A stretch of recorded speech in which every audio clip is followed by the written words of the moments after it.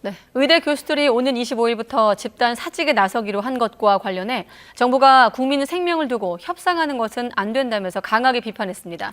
이런 가운데 정부는 의대 증원 2,000명을 어느 대학에 얼만큼씩 배정할지를 이르면 모레 발표할 것으로 보입니다.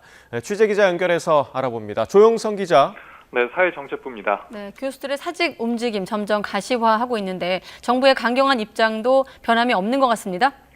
그렇습니다. 의대 교수들의 사직서 결의가 전국으로 확산하고 있는데요. 전국 20개 의대에서 모인 교수 비대위는 회의에서 25일에 사직서를 제출하기로 결의한 데 이어 이보다 앞서 사직서를 제출하려던 서울대 의과대학 교수들도 오늘 오후 총회를 열어 일정을 조율할지 논의합니다. 또 연세대 의대 교수들도 회의를 열고 집단 사직 동참 여부를 결정할 예정입니다. 제자들이 전공의 복귀를 명분으로 내세우고 있는 의대 교수들은 정부의 증원 재검토를 요구하고 있습니다. 정부는 그러나 2,000명 증원은 최소한의 정원이라는 입장을 여러 차례 강조했는데요. 오늘 중대본 회의에서도 국민 생명을 두고 협상할 수는 없다며 교수들의 집단 행동 예고를 비판하고 증원 철회 불가 입장을 재확인했습니다. 직접 들어보겠습니다. 대화와 타협의 장을 만들기 위해 집단으로 환자 곁을 떠나겠다는 말도 국민들께서 이해하기 어려울 것입니다. 어떠한 경우라도 국민 생명을 두고 협상을 해서는 안 됩니다. 정부는 오늘과 내일 서울 주요 대형 병원과 국립대 병원의 병원장들과 간담회를 열어 현장의 목소리를 들을 계획입니다.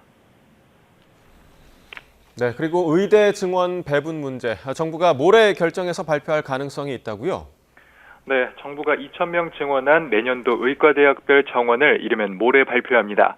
대통령실 관계자는 YTN과의 통화에서 한덕수 국무총리가 대국민 담화를 할 예정이라고 밝혔는데요. 한 총리가 국민에게 의대 증원 필요성을 호소하고 이어서 정부가 증원한 의대별 정원을 발표한다고 밝혔습니다. 우선 오는 20일 발표를 염두에 두고 정확한 시점을 조율 중인 것으로 전해졌습니다.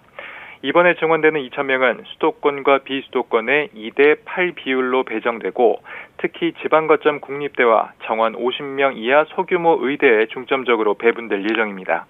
지금까지 사회정책부에서 YTN 조용성입니다.